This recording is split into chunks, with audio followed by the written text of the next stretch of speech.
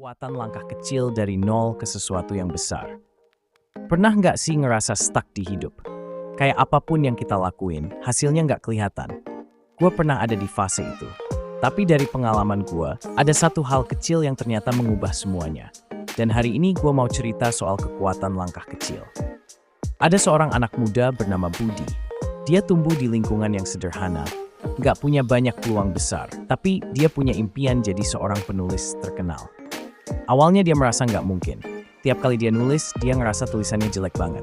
Tapi suatu hari dia baca sebuah kalimat, "Jangan fokus sama hasil akhir. Fokuslah pada kebiasaan kecil yang bikin kamu maju."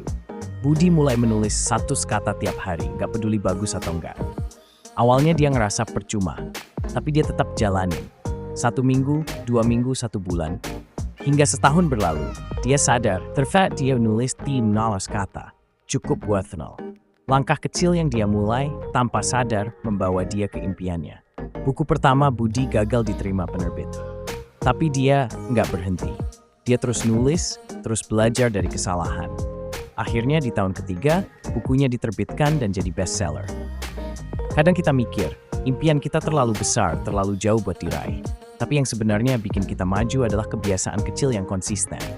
Langkah kecil, tapi terus-menerus bisa jadi jembatan buat sampai ke tujuan. Jadi gue mau tantang kalian. Apa langkah kecil yang bisa lo mulai hari ini? Gak usah gede-gede, cukup sesuatu yang bikin lo maju selangkah. Ingat, perjalanan 1000 mil dimulai dari 1 langkah. Kalau cerita ini menginspirasi, jangan lupa like, komen, dan share. Dan subscribe buat cerita motivasi lainnya. Sampai ketemu di video berikutnya.